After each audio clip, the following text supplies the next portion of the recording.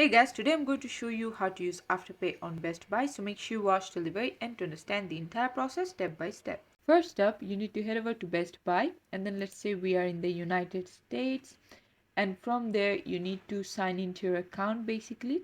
And then let's say we want to buy this one, right? So we click on this one. Once it does, what we're going to do is basically we're gonna choose like add to cart, and then from there we're going to head over to our cart right here, and then it's going to ask us for like how do you want it. Let's say free shipping to this. Now once you head over to your payment information, what you need to do is other here you need to click on other payment options. Right now it's not showing Afterpay for me because Afterpay is not in my country, like not available for me, but it should be right over here for you. So you need to click on Afterpay, and then you're gonna click on place your order, and there you go. This is how you can do it. Thanks for watching. Please leave a like and subscribe for more tutorials like this, and I'll see you guys in the next one.